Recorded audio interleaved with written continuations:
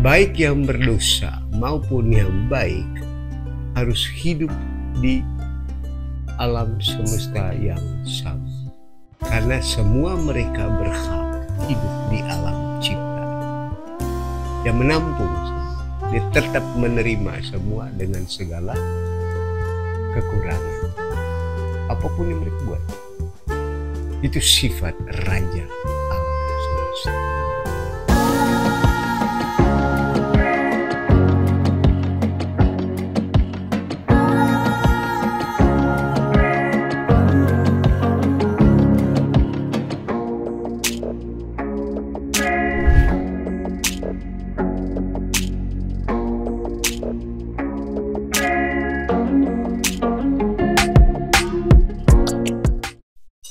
Ya, hari ini kita merayakan pesta Kristus Raja alam semesta alam. Ada dua raja yang tampil tadi, Daud dan Yesus sendiri. Dua raja itu menampilkan sifat rajanya yang relatif sama. Daud menyambut dan menerima aspirasi semua suku Israel secara sama. Di dalam bacaan pertama tidak ada secuil teks pun yang menggambarkan penolakan Daud terhadap suku-suku yang saling bertikai atau suku-suku yang mempunyai watak yang tidak baik. Dia menyambut mereka secara sukacita, adil, dan sama. Yesus menegaskan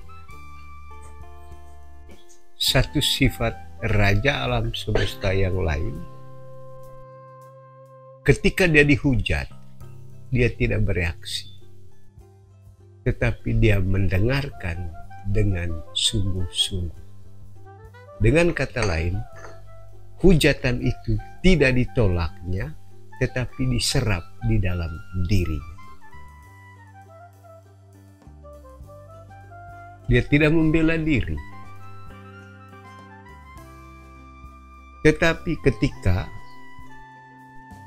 ada orang yang menegaskan kebenaran, maka baru Yesus bereaksi.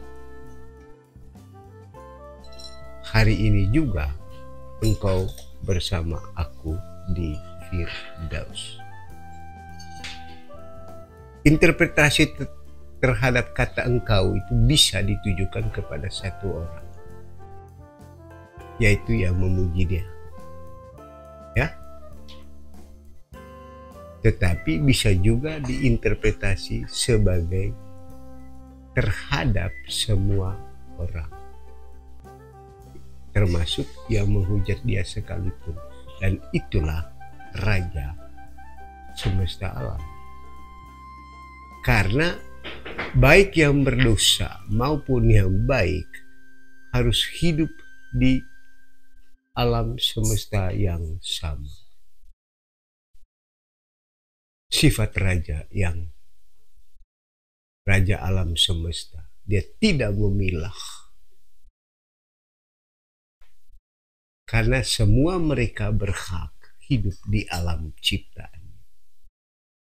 Jadi sifat ini yang menampung semua, dia tetap menerima semua dengan segala kekurangannya, apapun yang mereka buat. Itu sifat Raja alam semesta. Mengapa dia tidak menjawab pertanyaan-pertanyaan atau hujat-hujatan sebelumnya? Karena apa yang dihujat itu berbicara tentang keselamatan dunia. Lalu Yesus baru bereaksi ketika orang diarahkan ke keselamatan akhirat, keselamatan jiwa. Pertanyaannya, mengapa itu yang dijawab?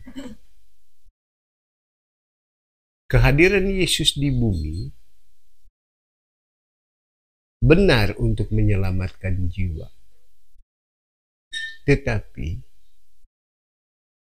bumi juga dicintainya. Supaya kita bisa hidup selamat di bumi, surga terbuka dulu. Surga terbuka itu hanya terjadi melalui karya penebusan itu. Maka Yesus membuka keselamatan itu hingga manusia selamat mulai dari bumi sampai akhirat. Kematian dia itu adalah kehidupan kita. Itu bedanya. Raja alam semesta. Dan ini bagaimana mungkin? Ini susah dipahami oleh otak kita yang terbatas, ya. Jadi kematian Yesus di salib adalah, kalau mau diterjemahkan lebih sederhana, menyelamatkan kita. Surga menjadi terbuka. Dengan kematian itu, ya, orang akhirnya bisa masuk Firdaus. Jadi kalau mau diungkapkan secara lebih estetis, kematian dia adalah kehidupan kita. Kematian Yesus adalah keselamatan kita. Nah, itulah bedanya raja alam semesta alam dengan raja di. Itulah sifat pemimpin semesta alam yang lain. Jadi keselamatan orang tidak hanya keselamatan di dunia, tetapi juga keselamatan mulai dari dunia sampai akhirat. Tetapi titik tolak keselamatan dunia adalah keselamatan jiwa yang terus menerima rahmat dari pintu surga yang terbuka. Kalau ini diterjemahkan ke dalam hidup kita secara sederhana, kita harus memperjuangkan keselamatan jiwa dulu, mendahului memperjuangkan keselamatan tubuh. Karena keselamatan jiwa itu yang akan membantu kita untuk bisa mengurus tubuh dengan benar. Dan itu yang sudah terjadi di SKK. Kita berusaha untuk menjadi orang baik. Orang baik itu akhirnya bisa menahan diri terhadap kerakusan tubuh. Ya, marah itu ada di otak. Karena ketika otak itu tidak bisa menyelesaikan masalah, maka dia marah. Tapi kalau jiwanya yang sungguh kuat, dia bisa mengendalikan otak. Mari kita bersama memperjuangkan kemurnian jiwa. Dan kemurnian itu akan terus mengkilap karena surga sudah terbuka. Hari ini kita diberi lilin. Peganglah erat lilin ini dan pergilah. Temuilah orang yang letih lesu. Kuatkan mereka.